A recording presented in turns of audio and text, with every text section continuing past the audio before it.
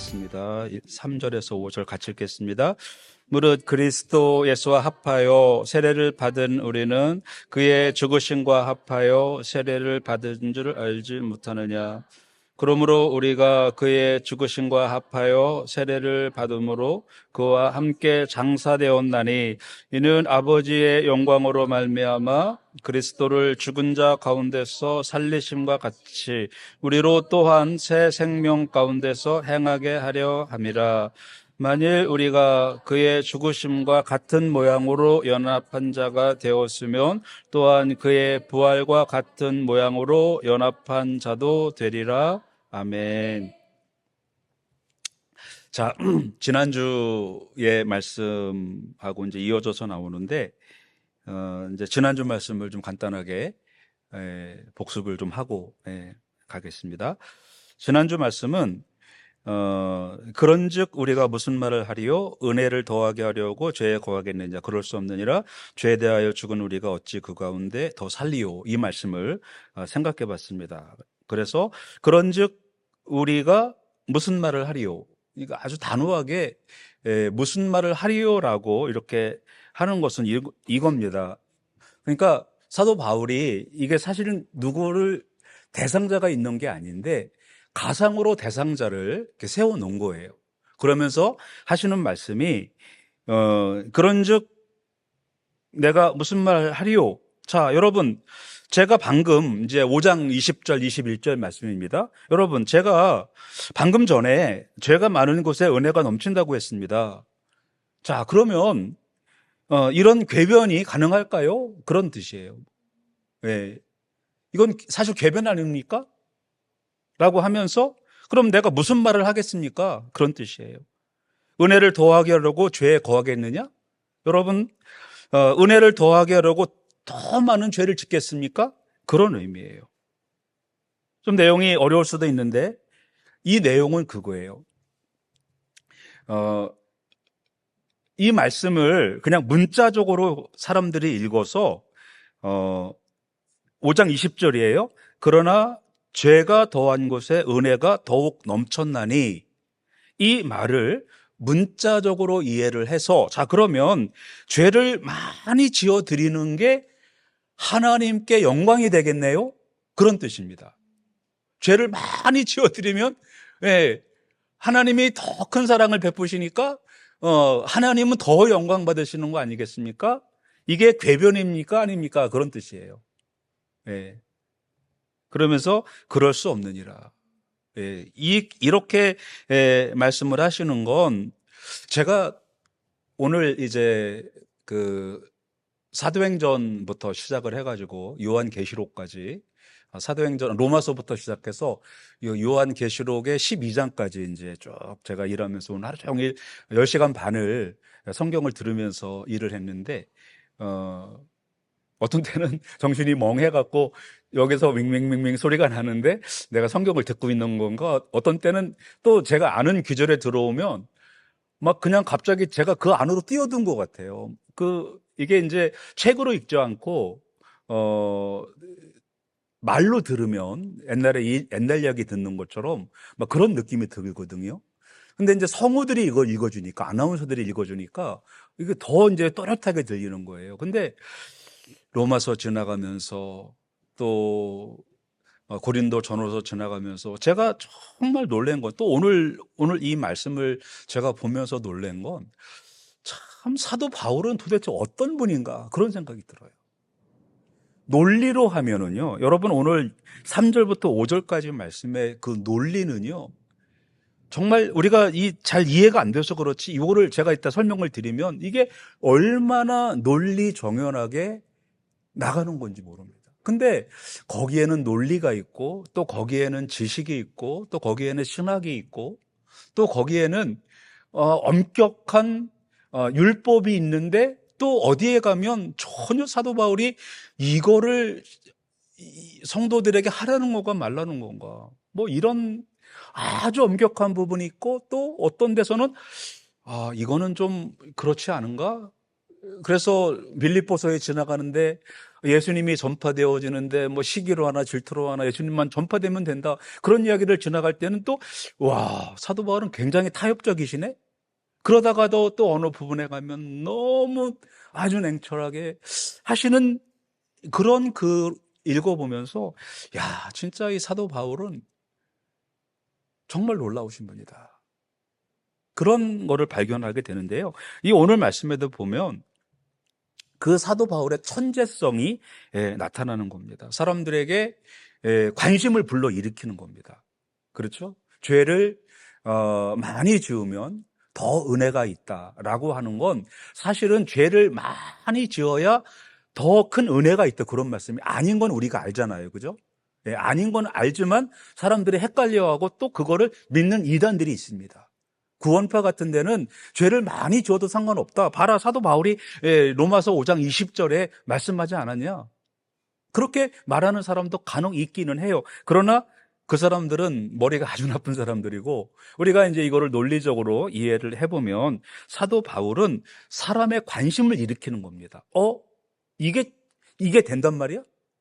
근데 사도 바울이 관심을 갖고 하는 이야기는 뭐냐면, 죄가 더한 곳에 은혜가 더욱 넘쳐났다라는 그 의미는 죄를 많이 지어서 하나님이 더 영광 받으신다, 그런 얘기가 아니고, 이 정도 죄면, 이 정도면 이거는 이제 하나님이 정말 사랑이시라고 하더라도 이것까지는 안 될 것 같다 라고 하는 죄까지도 용서해 주신다는 거예요.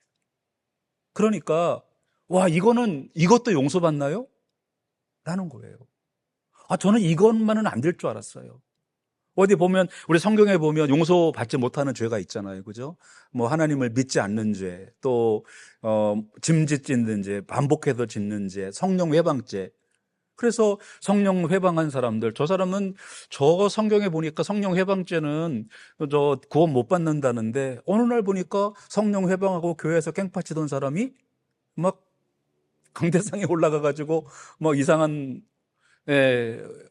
해놓은 예배 못 드리게 했던 그 사람이 어느 날 교회에 와서 무릎 꿇고 회개하고 하는 걸 볼 때, 저거는 분명히 성경에도 성령 회방죄는 안 된다 그랬는데 하나님이 저것까지 용서해 주시네?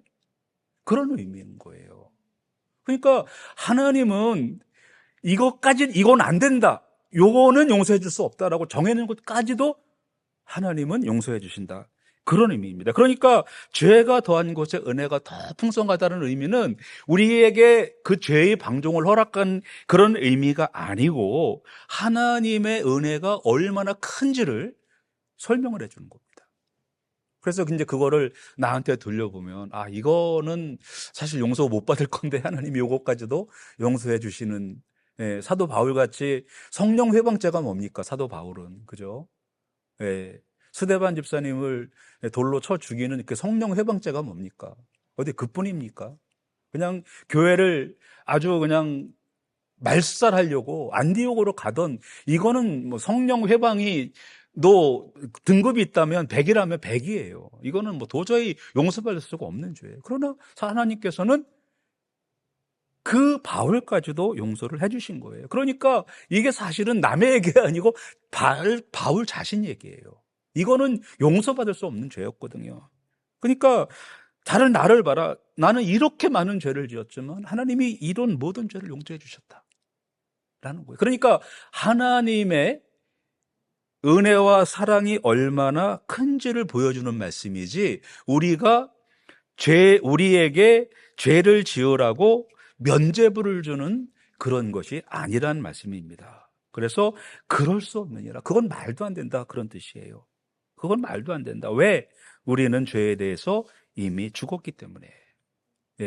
죽은 사람은 활동할 수가 없습니다.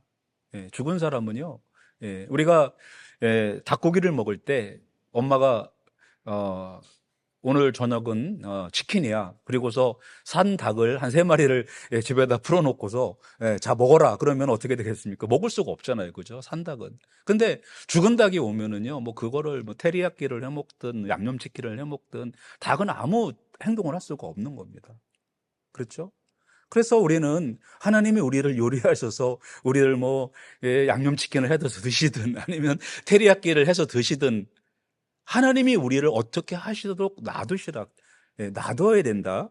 그런 의미인 것입니다. 그래서 우리는 죄에 대해서 죽은 상태가 되어야 된다라는 겁니다. 그러니까 우리는 정말 의에 대해서, 믿음에 대해서는 살고 죄에 대해서는 죽는 그런 사람이 되어야 된다라고 하면서 조금 더 설명을 이제 구체적으로 이렇게 설명을 해 나가십니다. 그래서 보시면 3절부터 여러분들이 보시면 이게 얼마나 논리적인지, 이게 사도 바울은, 그러니까 하나님이 조금 죄를 많이 졌어도 똑똑하면 좀 쓰시는 것 같아요. 조금 쟤는 안 될 것 같다. 그래도 얘는 그래도 조금 봐주자. 그런 사람이 있는 것 같아요. 사도 바울이 여러분 보시면은요, 3절부터 5절까지 보면 얼마나 이게 논리적인지가 나옵니다. 얼마나 교리적이고 얼마나 신학적이고. 그래서 저는 이 말씀을 묵상을 하면서, 정말 하나님이 왜 사도 바울, 그렇게 나쁜 사람을 굳이 그렇게 사도 바울 아니면 안 되나? 다른 사람 없나? 뭐 요한이나 베드로나 이런 사람 쓰시면 안 됐나? 라고 생각을 하는데, 그래서 하나님은 어떤 사람을, 저와 여러분 같은 사람, 각자 다른 사람들을 하나님은 뽑아서 사용하셔요. 근데 그 중에도 하나님이 바울을 사용하신 이유는, 바울은 정말 천재 중에 천재이면서도 너무 논리적인 분이시라는 겁니다. 자, 여러분 한번 보시면, 자, 이렇게 이제 연결이 됩니다. 먼저 나오는 것은 왜 우리가 죽어야 되느냐, 그러니까 왜 우리가 죄에 대해서 죽은 삶을 살아야 되느냐라는 것이 3절 말씀부터 나오는데, 3절 말씀에 보면 세 가지 단계가 나옵니다. 자, 여기 보면 예수와 합하여라고 이제 시작이 됩니다. 이게 예수님과 연합하는 거죠. 이제 예수님과 유나이티드 되는 겁니다. 예수님과 연합하는데, 이것은 단지 어떤 그 물리적인 그러한 결합이 아니라는 거예요. 이 예수님과 합하여라는 의미, 예수님과 합하여라는 이 안에는, 자, 다음과 같은 그 말씀들이 따라 나옵니다. 예수님과 합하는데 어떻게 합하느냐라는 거예요. 바로 그것은 세례로 합해진다라는 겁니다. 세례로. 그렇죠? 그러니까 성도가 세례를 받는다는 것은 예수님과 하나가 된다라는 거예요. 그런데 예수님과 이렇게 연합하는, 세례를 통하여 연합하는데 이 세례의 의미가 뭐냐라는 거죠. 그죠? 그러니까 세례는 예수님과 접붙임을 받는 행위인데, 그러면 세례의 의미가 뭐냐면, 세례의 의미는 죽는 거라는 거예요. 죽으심이라는 겁니다. 그러니까 이거는 현대로 말하면 아주 이 조직신학에 굉장히 박사들을 가르치는 박사님이 쓰셔야만 이런 논리가 나오는 거예요. 자, 합하는데 세례로 합한다. 그럼 세례는 뭐냐? 세례는 죽는 거다라는 거죠. 그래서 그의 죽으심과 합하여 세례를 받을 줄은, 세례는 이제 우리 개신교는 이렇게 뿌리는 거잖아요. 이렇게 뿌리는 거 세례라고 하는데, 정교회 옥소도스들은 관수례라고 해서 이렇게 붓습니다. 그래가지고 이렇게 머리를 이렇게 대면 그 프리스트가 나와가지고 바가지로 퍼가지고 머리에다 부어요. 이렇게 뿌리는 거는, 세례는 뿌리는 거고, 관수례는 이렇게 붓는 거고요. 그 다음에 침례라는 게 있는데, 이건 잠기는 겁니다. 그죠? 근데 잠기는 것도 앞으로 이렇게 들어갔다 나오는 게 아니고 뒤로 벌러덩 넘어지는 거예요. 그게 이제 그 유대인들이 하는 그 세례입니다. 근데 그 유대인들은요, 지금도 세례를 해요.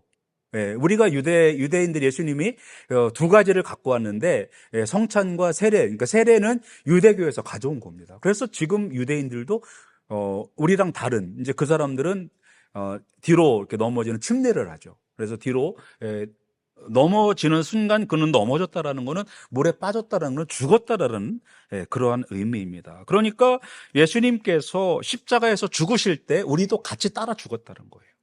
바로 그런 의미가 예수님과 같이 세례를 받았다라는 겁니다. 그래서 그 마지막 부분에 하면서 알지 못하느냐라고 말씀하라는 건, 애들한테 너 진짜 그거 몰라? 이렇게 설명해 줬는데 몰라? 그런 의미예요. 그러니까 사도 바울께서 그러는 거예요. 근데 이렇게 설명해 줬는데 이해 못하면 그건 내 잘못이 아니고 당신들 잘못입니다. 그런 뜻이에요. 그죠? 예. 이렇게까지 설명해 줬는데 이렇게 쉽게 자세하게, 예, 6장 1장 1절부터 지금 6장 3절까지 설명을 해줬는데도 모른다면 이건 내 책임, 더 이상 내 책임이 아닙니다. 내가 아무리 사도 바울께서는 말주변이 없었다 그러잖아. 아마 저 같은 것 같아요. 그런데 내가 아무리 말주변이 없다 하더라도 이렇게까지 설명을 했다면 이해를 하셔야 됩니다. 그런 의미예요. 알지 못하느냐? 그래도 모르겠어요? 그런 겁니다. 자, 한번 정리를 해보겠습니다. 1절에 보면 은혜를 더하려고 죄를 계속 지어도 될까요? 라고 이제 물어보는 거죠. 2절에서는 절대로 안 됩니다. 왜? 우리는 죄에 대해서 죽었기 때문입니다. 여기서 이제 그러면 우리가 어떻게 죽었냐가 3절입니다.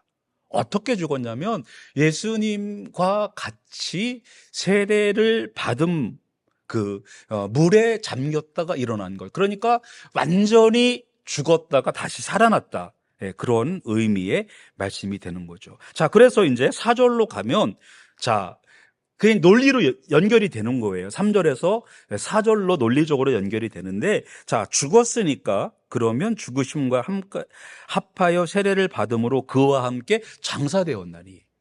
그러니까 연합, 그 다음에 세례, 죽음, 그 다음에 장사. 이렇게 논리적으로 차근차근 우리가 어떻게 죽었다가 어떻게 살아났는지를 사도 바울은 자세하게 설명을 해주는 거예요. 그러니까 조금만 논리가 있는 분들은 야, 이건 정말 어떻게 이런 말씀을 기록을 할 수가 있을까? 이건 하나님이 사도 바울을 사용하실 수밖에 없는 이유다라고 여기 나오는 거예요. 그래서 죄에 대해서 죽은 것만으로 끝나는 것이 아니고 이게 죽었나 살았나 이게 이제 확인이 되려면 묻었나 안 묻었나를 봐야 되는 거예요. 그렇죠? 어디다 이렇게 숨겨놨다가 또 사람들 다 가고 나면 그냥 쓱 나와가지고 이제 분명히 죽었다고 봤는데 나중에 보니까 죽지 않고 쓱 살아서 기어 나온다면 그건 아니잖아요. 그래서 사람들이 다 보는 데서 땅을 파고 묻고 발로 밟고 해서 밟아야 됩니다. 근데 한국 사람들은 좀 너무 잔인한 것 같아요. 한국 사람들은 그 묻고 밟잖아요, 그죠? 근데 저희 아버지가 돌아가셨는데 아버지를 밟으래요. 그래서 저는 못 밟겠더라고요. 아무리 돌아가셨어도. 근데 한국 사람들은 밟아가지고 이 사람이 죽었다라는 거를 확인을 하는 겁니다.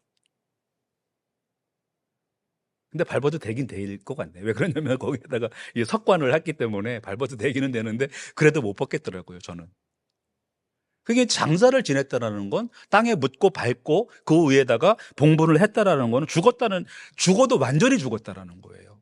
그냥 어디에다가 뒤에다가 숨겨놨다가 이렇게 그냥 나중에 쓱 기어 나오는 그렇게 죽은 게 아니고 완전히 죽어서 땅에 묻었다라는 겁니다. 그러니까 이거는 부활을 설명하기 위한 사도 바울의 논리가 여기까지 나오는 겁니다. 그래서 우리가 그의 죽으심과 함께 합하여 장사되었나니, 이거는 장사되었다라는 거는 완전한 단절을 말하는 겁니다. 완전한 단절. 그러니까 우리의 옛 자아가 무덤 속에 완전히 들어가서 그래서 땅에 묻고 그거를 밟아서 더 이상 그것이 올라오지 못하도록 죄와의 완전한 결별, 이거를 선언하는 겁니다. 자, 그리고 거기에서 끝나는 것이 아니고, 자, 일단 죽은 것으로 끝난다면 우리 기독교도 죽은 것으로 끝나야 됩니다. 그런데 죽은 것으로 끝나지 않고 여기에 하나님의 영광이 개입이 되는 겁니다. 그래서 하나님의 영광으로 말미암아 그리스도를 죽은 자 가운데서 살리심과 같이. 그러니까 그냥 이렇게 묻지 않고 있던 사람을 살렸다 그러면 저 사람 혹시 안 죽었던 사람이 살아난 거 아니야? 이렇게 될 수가 있잖아요. 그렇죠? 그런데 예수님이 죽으셨을 때는 완전히 장사를 지내고, 뭐 이제 유대인들이 장사법은 좀 다르긴 하지만 우리랑 완전히 죽어서 무덤 문을 닫고 모든 사람이 죽음을 확인했다라는 거예요. 그리고 인봉을 하고, 그리고 예수님은 이제는 더 이상 살아날 가능성이 없다라고 생각을, 그렇게 인정을 한 거죠. 그래서 어, 그 상황에서 하나님의 영광의 개입이 돼서 그리스도를 죽은 자 가운데서 살리심 같이, 이제 하나님의 강력한 능력으로 완전히 죽은 예수님을 살려내셨다라는 겁니다.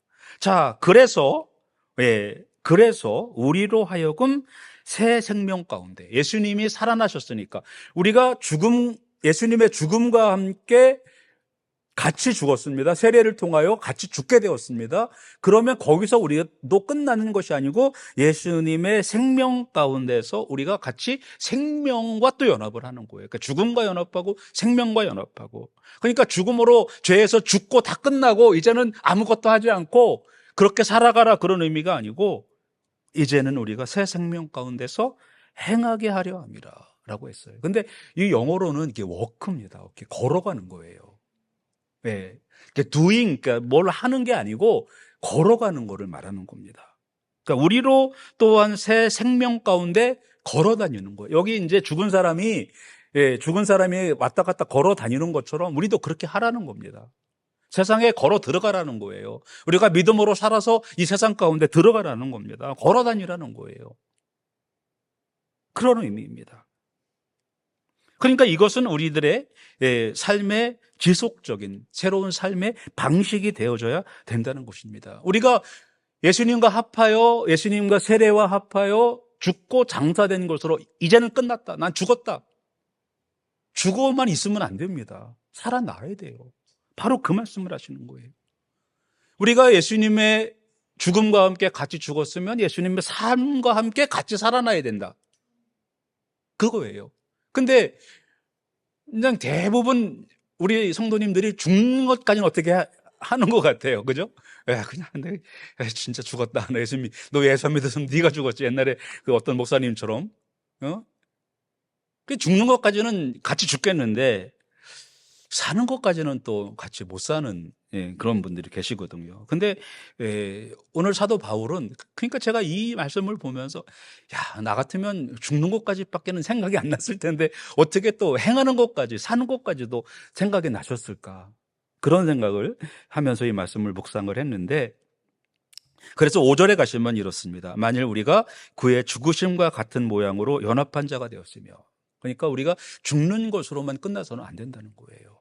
이거는 제가 주일에도 설교 말씀을 드렸던 것처럼 우리가 소극적이고 방어적이고 이렇게 신앙생활에서는 안 된다는 겁니다. 적극적이고 능동적이고 긍정적으로 뛰어나가야 된다는 겁니다. 그런 의미예요. 제가 오늘 여러분들은 일부 예배 설교 들으신 분도 있고 안 들으신 분도 있고 그러신데, 제가 일부 예배 설교를 성경 듣는 거를 잠시 멈추고 30분이니까 3번을 다시 들어봤어요. 근데 이제 말주변 빼놓고는 참, 제가 말주변이 없으니까 이 말주변 빼놓고는 정말 다른 사람에게 들려주고 싶은 그런 말씀이더라고요. 근데 우리의 이 신앙생활은 죽어 있는 생활이 아니고 살아나는, 살아 움직이는, 걸어 다니는 그러한 신앙생활이 되어야 된다는 겁니다. 바로 이제 그 말씀이에요. 그러니까 우리가 죽으심과 같은 모양으로 연합하는 자가 되었다라는 거죠. 그죠? 이 말의 의미는 같이 심겨졌다, 그런 의미예요. 같이 심겨졌다. 그러니까 죽었다라는 거는 우리가 목숨이 끊어졌다는 것이 아니고, 사실은 그 씨앗이 땅에 묻히는 것과 같이 어떤 생명이 묻혀졌다라는 거예요. 그런 의미를 갖고 있습니다. 또 혹은 접붙여졌다라는 거예요. 이제 저희 그 아버지가 그 농사를 지셨는데, 수박 농사를 지으실 때, 근데 제가 봤을 때는 그게 큰 효과는 없었어요. 근데 이제 그 이론적으로 어떻게 되냐면, 박과 수박을 같이 심어요. 그래가지고 같이 심고, 뭐 수박도 아마 그러는 것 같아요. 하여튼 박이랑 같이 심고 수박을 같이 이제 씨앗을 두 개를 심고 껍데기를 양쪽을 벗겨가지고 묶어놔요. 그럼 얘네들이 붙어버려요, 둘이. 예. 그리고 어떻게 하냐면 수박 줄기를 뿌리를 잘라버리고 그 다음에 박 줄기를 잘라버려요. 그러면은 박 뿌리에 수박 줄기가 붙어 있는 거예요.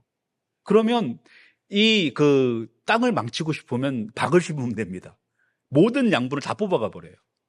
그래서 그 박 심은 그 땅은 내년엔 농사가 안 줄 정도로 그렇게 다 양분을 빨아가는데 바로 이제 그걸 의미하는 거예요. 이 그 두 개가 접붙여졌다라는 거는 이게 박뿌리에 그 수박 줄기가 붙어 있다 그런 거예요. 그러니까 예수님 뿌리에 우리가 붙어 있다 그런 의미인 것입니다. 그러니까 함께 심겨졌어요. 그리고 거기에 같이 묶여가지고 우리는 예수님 뿌리에 붙어 있는 그러한 사람이 되었다라는 것입니다. 그러니까 우리가 죽었던 것은 사실은 살려고 뿌려진 씨앗과 같다. 그런 의미인 것입니다. 그러니까 무가된 없어지는 그런 상태가 아니고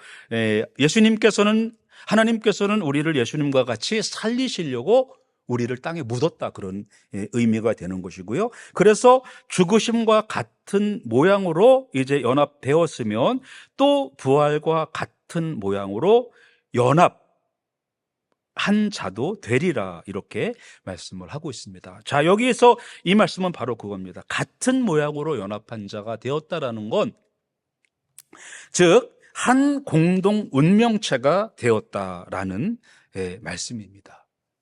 공동 운명체가 되었다. 이게 세트 메뉴다 그런 뜻이에요. 예. 그래서 뭐 짬짜면을 시키면 짬짜면 주세요 그러면 짜장만 나오는 게 아니고 짬짜면 주세요 그러면은 짬뽕과 짜장이 같이 나오는 거를 그 세트 메뉴라 그런 겁니다. 그러니까 죽고 사는 것은 같이 우리가 죽음과 같이 연합됐으면 또 살아나는 것도 같이 또 연합이 돼야 된다. 그러니까 죽고 끝나고 살고 끝나고 이런 게 아니고 살기 위해서는 죽어야 되고 죽어서 살아난다. 그런 의미예요. 예. 근데 죽지 않고 살 방법은 없어요. 그러니까 살려면 죽어야 되고. 바로 그런 의미인 것입니다. 그래서 예수님은 죽음이라는 그 터널, 그 터널을 통과하셨습니다. 우리는 같이 통과하는 거예요. 이거는 뭐냐면 죄 문제 해결입니다. 우리가 예수님과 함께 죽음이라는 그 터널을 통과했을 때 우리는 죄 문제의 해결이 된 거고요. 그 다음에는 예수님과 그 터널 끝을 통과했을 때 부활의 빛으로 나오는 거예요. 그래서 우리는 또한 그분과 함께 사는 겁니다. 다시 말씀드리면 이것은 패키지입니다. 패키지예요.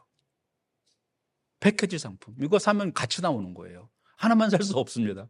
그러면 또 굳이 또 어떤 사람은 나 이거 필요 없으니까 이것만 가져갈래요. 아니 왜 그래요? 공짜로 주는 건데. 그죠? 그래도 또 안 가져오는 사람은 있을지는 모르지만 저는 아직까지는 그런 사람 못 봤습니다. 패키지로 주는데 왜 안 가져와요? 그죠? 어떤 사람은 그 덤으로 주는 것 때문에 상품을 사는 사람도 많던데 제가 보니까 그죠? 덤만 가지고 화장품 사면은 뭐 이렇게 주는 거 있잖아요. 근데 그것만 가지고 나 이거 화장품 필요 없으니까 이거 가지세요. 안 그러잖아요. 그죠? 패키지는 그냥 같이 가져오는 겁니다. 바로 그겁니다. 그러니까 죽음과의 연합, 삶과의 연합, 부활과의 연합, 이거는 패키지라 어떤 거 하나를 떼어놓고는 우리가 가질 수가 없는 것이라는 것입니다. 자, 정리를 하겠습니다. 3절은 연합을 말합니다. 세례와의 연합, 예수님과의 죽음과의 연합. 그 다음에 4절에 가서는 단절을 말합니다. 죽었잖아요. 그죠? 우리는 단절되어져야 됩니다. 단절되고 나서 그냥 끝나는 것이 아니고 장사된 것으로 끝나는 것이 아니고 부활로서 새로운 삶이 시작이 되는 겁니다. 바로 그것은 그리고 그 결과는 우리는 죽음과도 연합하고 또한 거기서 끝나는 것이 아니고 또 삶과도 연합해야 된다는 것입니다. 이 둘의 연합은 필연적인 거 어떤 것 하나를 빼놓고는 이게 성립이 안 되는 그런 겁니다. 짬짜면이 되려면 짬뽕과 짜장이 같이 나와야 되는 것처럼 우리가 이 그 죄에 대한 해결을 우리가 하려면 죽음과 삶이 같이 있어야 해결되는 거지 어떤 거 하나만 가지고는 이것이 해결되는 것이 아니라는 것입니다. 그래서 바로 이것이 죽어서 사는 비밀입니다. 여러분들도 죽어서 사시는 여러분들 되시기를 축원합니다. 우리 한번 같이 기도하겠습니다. 우리 같이 기도할 때 하나님, 우리는 때로는 나만 죽이면 되는 줄 알았습니다. 그러나 또한 우리가 살아야 되는 것도 오늘 말씀을 통해서 생각을 해봤습니다. 하나님, 우리가 죽게 하시고 또한 살게 하여 주시옵소서. 우리가 세상에 대하여, 죄에 대하여는 완전히 죽게 하여 주시고, 죽는 것만 끝나는 것이 아니라 완전 장사되어서 땅에 묻혀서 밟아서 다시는 기어 올라오지 못하도록 우리가 그렇게 묻히게 하시고, 그러나 그 안에 있는 싹들이 이제는 나와서 다시 사는 그러한 우리들이 되게 하여 주시옵소서. 이것이 죽어야 사는 비밀인 것을 우리가 생각해 보았사오니, 하나님, 우리가 죽고 죄에 대하여 죽고 의에 대하여 주님에 대하여 살아나는 그러한 성도들 되게 하여 주시옵소서. 이 시간 같이 한번 기도하시겠습니다. 하나님 아버지, 이 시간에 우리가 죄에 대하여 죽는 것을 생각해 보았습니다. 하나님 아버지, 참으로 감사드립니다. 오늘 말씀을 통하여 주셨던 이러한 말씀들, 우리가 이제 완전히 예수님과 함께 그 예수님의 세례에 저희들이 참여함으로 우리가 완전히 물에 빠져 죽게 하여 주시고, 또 이제 완전히 땅에 장사되었다가 완전 죽은 몸이 되었을 때에 그것이 완전 죽은 것이 아니라 생명의 씨앗이 되었고 주님과 함께 다시 살아나서 이제는 더 이상 죄의 종이 아닌 하나님 믿는 사람으로 예수 그리스도와 이제 연합한 사람으로서 살아가는 저희들 될 수 있도록 하나님 함께하여 주시옵소서. 우리가 죄의 문제를 죽음과 함께 완전히 해결하게 하여 주시고 이제는 새 생명을 살게 되었사오니 부활로서 새 생명을 소유하고 살아가는 우리들 되게 하나님 함께하여 주시옵소서. 이제는 우리가 죽었다가 죄에 죽었다가 이제는 생명으로 살았사오니 이제는 저희가 이 세상 가운데 뚜벅뚜벅 걸어 들어가서 이 세상의 악한 것들을 우리가 밟아서 무찌르는 승리하는 우리 성도들 될 수 있도록 하나님 함께하여 주시고 역사하여 주시옵소서. 하나님, 이제 우리가 이번 금요일 내일 모레는 우리 교회에 의미 있는 날입니다. 이제 저희들이 담임 목사 위임식과 함께 두 분의 장로님과 두 분의 안수 집사님을 세우는 임직식을 거행을 합니다. 하나님께서 저희 교회가 이제는 더 이상 미조직교회가 아닌 조직교회가 되어서 하나님의 역사를 이루어가는 그러한 교회가 될 수 있도록 하나님 역사하여 주시옵시고, 그저 이제 직분이 하나가 더 생기는 것이 아니라 받은 직분을 가지고 하나님의 종들처럼 저희들이 이것을 가지고 충성 다하는 우리 교회가 될 수 있도록 하나님 함께하여 주시옵소서.